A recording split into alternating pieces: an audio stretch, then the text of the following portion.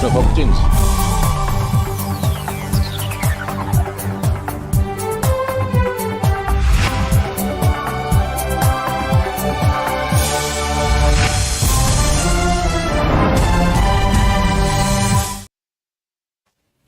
Hello then, a very good evening to you. It is a Friday, but not just any other Friday. It is a good Friday. Welcome to FriDate. My name is Stanley Nyerungita. We'll be taking a look at the highlights that have been making news this particular day. Let's take a look at them, then we continue.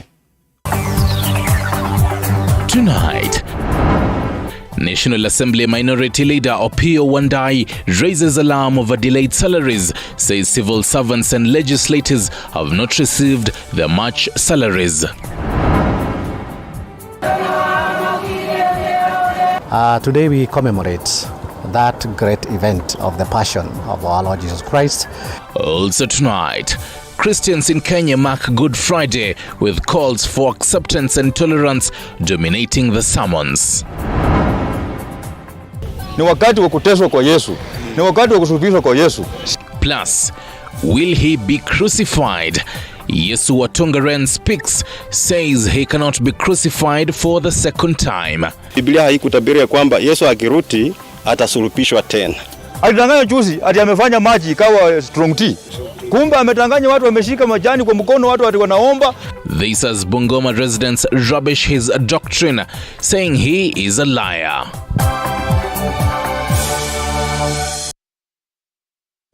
Good evening once more. Catherine Simalo is on the sign language interpretation. You can always talk to us on our socials. In the next 30 minutes, I'll be telling you what is happening in the country and beyond. And in the tail end of this particular bulletin, we'll be having an up close and personal with one and only Morachi, all the way from Nigeria. So stick around for that. But first, tonight, MPs allied to the Azimio coalition have raised an alarm of what they claim is the delay by the government to pay its workers. According to Gunja MP, who is also the minority leader in the August House, MPs and majority of civil servants have not received the March salaries. The legislators now want Parliament to launch an inquiry on what they say is the economic disaster building up in Kenya. Minority leader in the National Assembly, who is also Gunja MP, Opiyo Wandayi, now says MPs have not received their March salaries. The delay, the minority leader says, has been occasioned by unprecedented cash flow crisis. In a statement signed by Wandayi, the Azimio faction has called on the Kenya Kwanza government to come clean on the state of the economy in the country. In the letter, the Ugunja MP has noted, and I quote, "Today, about 6 months into this regime, Kenya cannot pay salaries, leave alone finance its other operations. This is the sad state of affairs the administration is hiding from Kenyans." End of quote. Wandayi further noted that for the first time since independence, salaries of MPs and other civil servants has been delayed, terming the Kenya Kwanza administration irresponsible. However, leaders allied to the Kenya Kwanza faction have rubbished these claims, stating that members of parliament have received their monthly stipends. The taxman has also found himself on the Azimio's radar, with Wandayi noting that the parliament should probe the Kenya Revenue Authority, as well as the National Treasury and the Central Bank of Kenya, so as to smoke out the corrupt individuals. The revelations coming just a day after governors lamented that Treasury has not disbursed money to the devolved units and therefore hampering service delivery. So far we have not received monies for January, February and March, almost 96 billion Kenya shillings. The worst comes with even the counter assemblies. Early last week, Treasury PS Chris Kipto told senators that the Treasury has no money and that the money collected by KRA has been used to settle debt. A clear indication of a looming economic crisis in the country. Meanwhile, peace messages dominated Good Friday celebrations as Christian faithful around the world begin to mark the Easter season. Religious leaders in the country urged both President William Ruto and Azimio leader Raila Odinga to embrace dialogue to ensure lasting peace in the country. Gilbert Nalwa tells us more. Christian faithful across the country today marked Good Friday with the Catholic Church marking the way of the cross in remembrance of the death of Jesus Christ.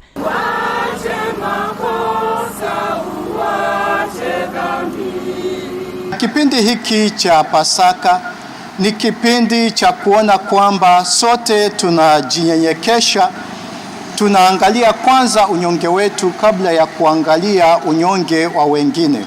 Call for peace and tolerance dominated the event that was witnessed across the globe as per the Catholic doctrine. Hito pia tunaendelea kutoa kwa viongozi wetu mbalimbali, hasa viongozi wa kisiasa, kwamba wameitwa wawe viongozi ambao ni watumishi, sio viongozi wa kutumia ubabe, uongozi wa kujionyesha.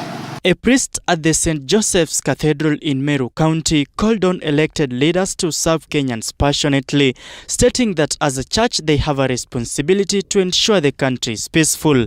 Ujumbe wa leo ni kwamba tuombee nchi yetu kukuwe na amani, kukuwe na maridhiano, kukuwe na usawa, kukuwe na maendeleo pande zote za Kenya, na hasa Kenya yote isikie ya kwamba watu wote wanafanywa kazi vizuri na hakuna upande unaegemewa ama kupendelewa kulika ule upande mwingine. The message was similar in Embu County, the parish priest Isaiah Njiru calling on President William Ruto and Azimio leader Raila Odinga to lead from the front in championing for the peace and unity. Tunajua kwamba wakati kama huu tunajua siasa ambazo zinaenda juu mara nyingi zinapanda zinateremka. Kile ningeomba viongozi wetu, hasa viongozi wa wanasiasa, tukianzia na president wetu na pia tukianzia na Raila Odinga pia, waweze kuwa kielelezo chema katika nchi yetu, waweze kuunganisha taifa. In Vihiga County, religious leaders appealed to President William Ruto and Azimio leader Raila Odinga to embrace dialogue. Ni lazima watu viongozi waweze kaa chini na kuzungumza pamoja bila masharti. Waweze kukaa pamoja bila kupeana vikwazo au masharti ya kwamba huyu asipotimiza hili basi hili aliweze kutimika, kwa sababu maandamano peke yake hayataleta suluhisho, lakini watu wakae chini na moyo wazi. Reporting for TV47, my name is Gilbert Nalwa.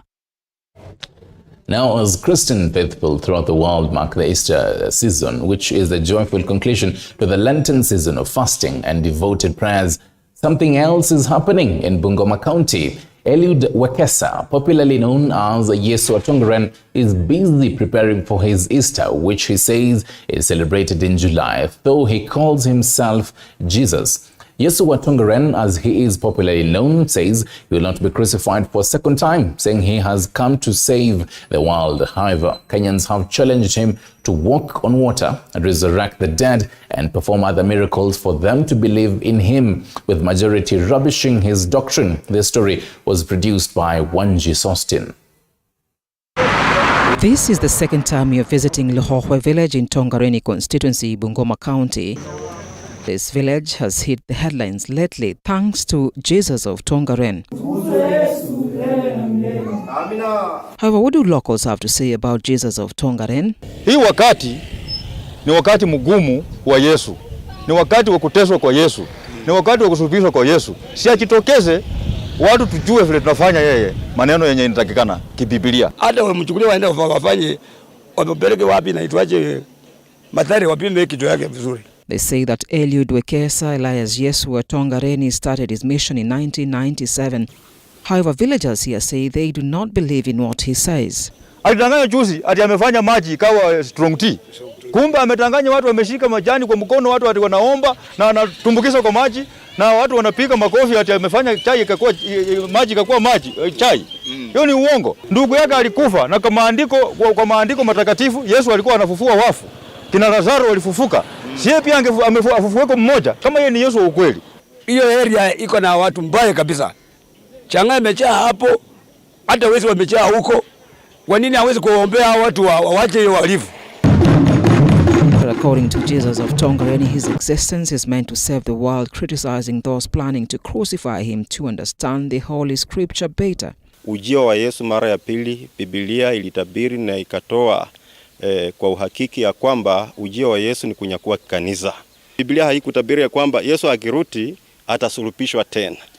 Kwake Baba Mungu hilo nalo ni marufuku, maana ukiangalia katika maandiko matakatifu kutoka mwanzo hadi mwisho, ukitafuta usiku na mchana, hakuna mahali ambapo utapata wameandika Yesu atakaporejea mara ya pili tena atarudi kusulubishwa. La hasha.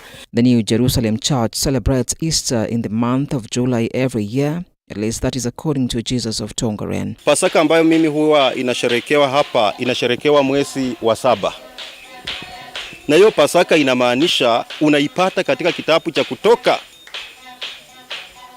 12, 21 hadi 28. Hiyo ndio Pasaka ya Yesu. Yaani tukifurahia hiyo Pasaka, hawa watumishi wapo wamejaliwa kila mmoja anamsaliwa wa kwanza wa ng'ombe wa mwaka mmoja. Wao wanaleta. Inakuwa sherehe kubwa hapa siku 3. Na hakuna utofauti ati Yesu wa Nazareth na Yesu wa Tongaren, bali Yesu ni mmoja yule. Hakuna Pasaka nyingine ambayo inatendeka kinyume na mwezi wa 7. Bungoma Anglican Church Bishop George Meshumo has rubbished Jesus of Tongaren, saying his actions indicate that the end time is near and the real Jesus Christ will be coming back to save the world. Kristo alitufundisha ya kwamba siku zikikaribia mwisho, watu watajitokeza na ni manabii wa uongo. Wataakilisha ukweli lakini si wa ukweli, na watasungumuza mkidhania ni wao lakini si wao. Na wakasema wakimwambia Yesu yuko uwanjani msiende kule, wakisema mtoni ama mlimani msiende kule, kwa sababu ni uongo. However, Jesus of Tongaren insists he is genuine and urge Kenyans to stop judging him. Ni watu ambao wangefurahi waseme hakika Yesu amerudi katika Western region. Wacha tuenenda hata nasi tufanye kikawa naye. Nyinyi mmewashinda jamani. Na nyinyi si wachungaji lakini mmewashinda. Sostini wanje wanaokopa nini? Ama mafundisho yangu ni tofauti na yao? And we'll definitely wait to see if in July actually he will still resurrect and do all that. Now, on a sad note, over 200 families occupying 40 units of rental houses of a 4-story building in Thindigwa, Kiambu County have been ordered to vacate after one of their units started sinking. To avert any tragedy, the rental houses, which were built and completed in 2014, have never had any issues until after the heavy downpour witnessed last week, where pillars holding the houses started to cave in. Chichi Josephine tells us more.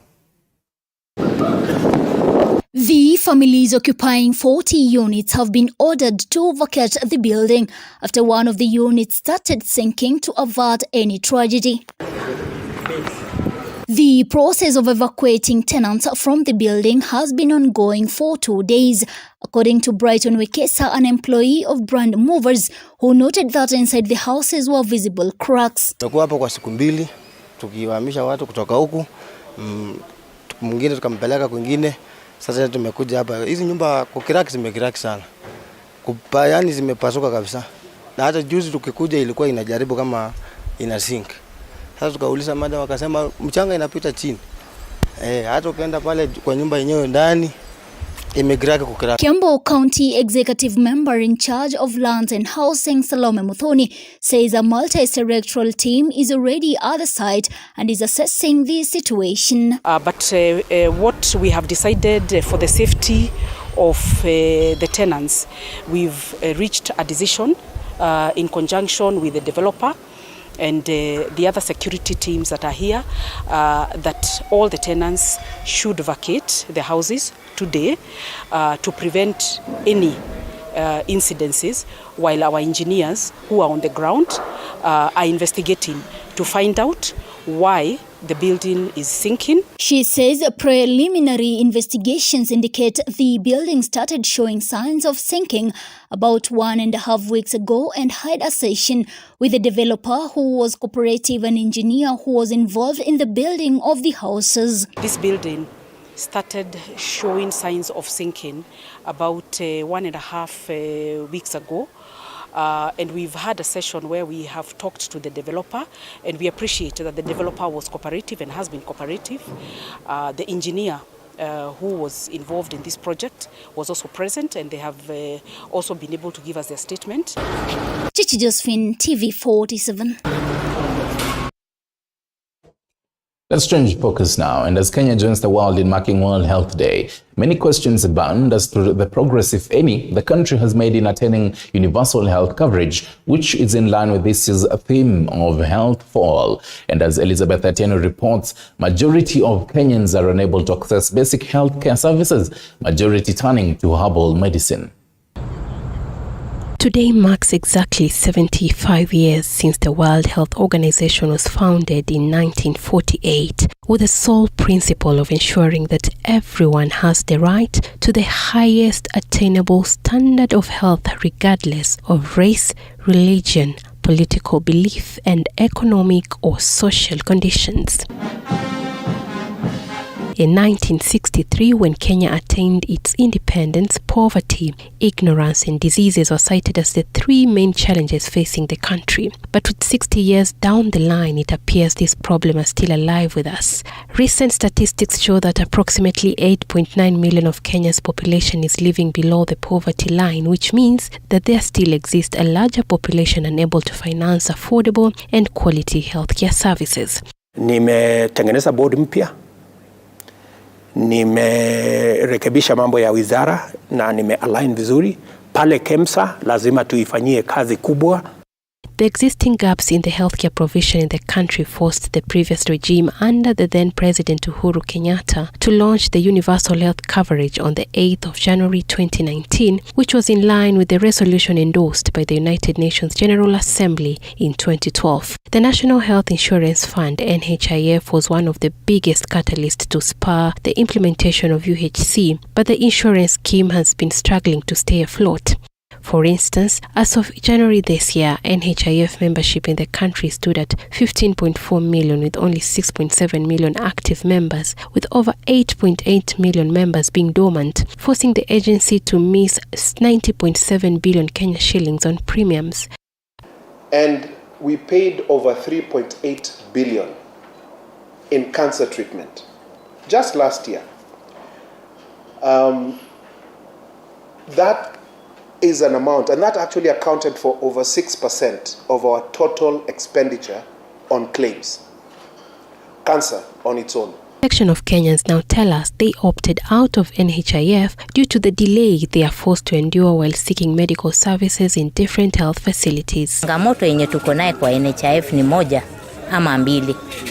Kuna mahali ukifika umeandikiwa dawa, yes, ama umeandikiwa kupima kama MRI, kama CT scan. Hiyo sometimes ina work, but inachukua muda, haiwezi kuwa kufanya emergency. Kuna changamoto fulani yenye nilipitia pale ndani, nikapata kuwa wanafika mahali wakati ule mgonjwa mwenye ako na pesa kama cash, mwenye anataka kuhudumiwa haraka, yeye atahudumiwa, lakini wakati ninapotoa hii kadi ya NHIF huwa wanafanya kitu kama delay, ni kama kuchelewa, sijui shida inakuanga ni nini.